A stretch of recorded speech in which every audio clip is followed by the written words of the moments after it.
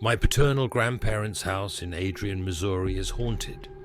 It's an old two-story Victorian just outside town on a large farm.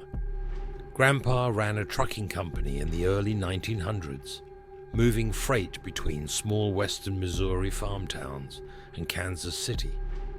My dad bragged they had the first indoor toilet in Adrian.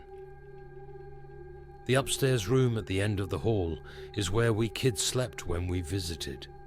I have 5 older sisters and a brother, and they've all seen ghosts in that room. They've seen floating bodies near the ceiling, felt cold hands touch them while they slept, and witnessed a girl in a white dress standing at the end of the bed. They've heard a little girl laughing or crying from the closet that held the entrance to the attic. The bedroom door would close slowly and creakily until it latched shut. We all hated sleeping in that room.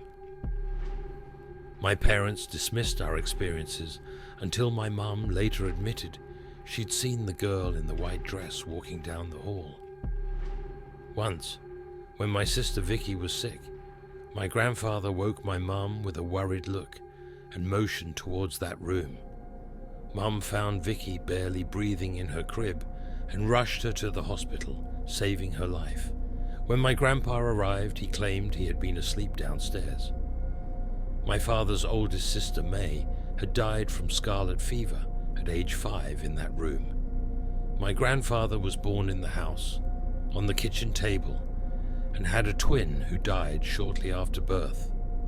During the Great Depression, my grandfather shot and killed a man who broke in to rob them, leaving a gruesome scene.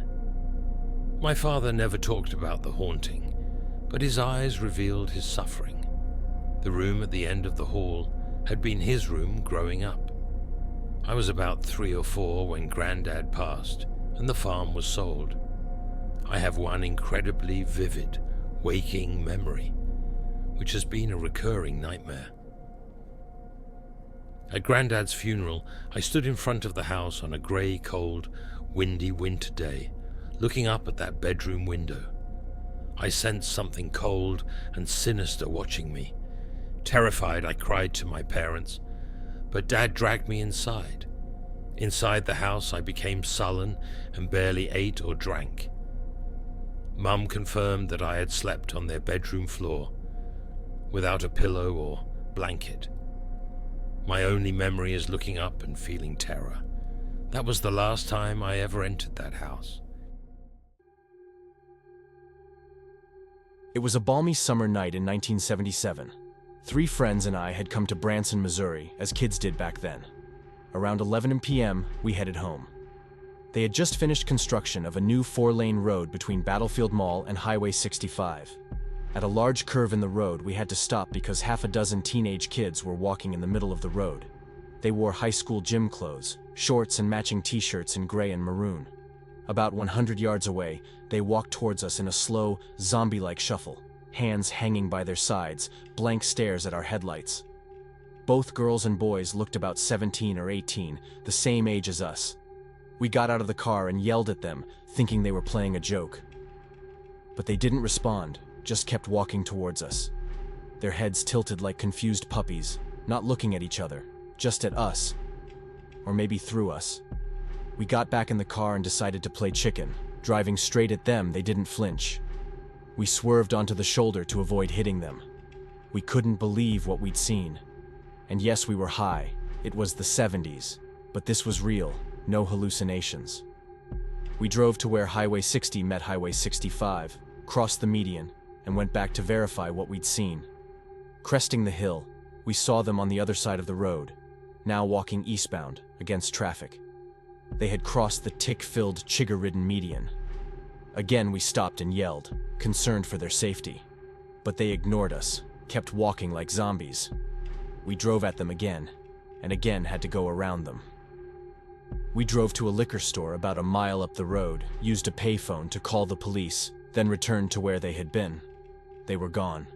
Not a hint of them anywhere. Very bizarre. But wait, it wasn't over. Driving to Branson, as we came down the hill towards Saddlebrook, we saw a man sitting on a guardrail on the west side of the road. dressed in a three-piece gangster suit. He had spats on his shoes, a double-breasted pinstripe suit, and a hat with the brim turned down. He sat with his right leg crossed over his left, his right elbow on his knee, and knuckles under his chin in the thinking man pose. He didn't look at us, just stared intently eastward. In 1977, this was the middle of nowhere. So what the hell was a gangster doing sitting on a guardrail at midnight? If you find yourself traveling along these roads, please look out for wandering ghosts. My buddy lives in a house that his mom bought cheap in Kansas City, Missouri, because the previous owner, a guy named Harry, killed himself in the garage because he had been diagnosed with stage 4 cancer. Now, my buddy has pretty much full reign over the basement, which includes a bathroom, a finished bedroom, a finished living area, and a huge concrete room with concrete walls that leads to the stairs up to the garage where the guy died. We had strange occurrences happen there before. We'd hear someone stomp down the stairs and the lights in the concrete would turn on and off over and over. Then someone would stomp back up the stairs. Never once would a door open, letting someone in or out of the stairwell, and we had ran after the person a time or two before we finally accepted what we didn't want to in the beginning. Since then, we've just done our best to ignore it when it happens. Back to the way the basement was laid out. Okay, so my buddy slept in the finished living area that had a staircase going up to the kitchen and kept a bed and TV in the finished bedroom for guests. The finished bedroom is directly under the garage, and to get into the room, you had to open this door that would make a loud popping noise because it wasn't seated correctly in the frame. I was sleeping in the guest room. I'm a light sleeper, BTW, one night with the door shut when something slapped the shit out of me. I woke up swinging, and the instant I gathered myself, I had the bedside lamp on. There was no one in the room and the door was wide open. There was absolutely no way to sneak the door open without it making noise. I went into the room where my buddy was, which is through the concrete room, using my phone as a flashlight and leaving the bedroom door open behind me. He was laying there snoring with his TV on SportsCenter. I mean, he was out of it. A little shaken, I decided to just go back to bed. Yeah, just as if I was some teenaged white girl in a horror film. When I stepped into the concrete room, the light came on. I froze. That's when I noticed that the bedroom door was now completely shut where I had left it wide open before. My mouth went completely dry and I could feel my skin tingling like something was staring at me. Then the lights went off again. I turned and practically sprinted back into my buddy's room, jumping onto a couch he had in there, and woke him up. I explained what had happened, and he told me I was lying, and that was when the lights started going on and off very, very quickly, almost like a strobe. We sat there for about a minute while it did this when the stomping started coming down the stairs. Then the room just went black, and all I could hear was a ringing in my ears.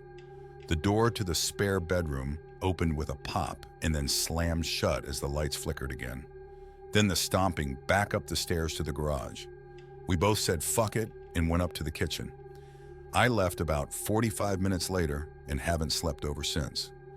I have no plans to sleep over ever again either, since sometimes when I'm over, the lights will still turn on and off.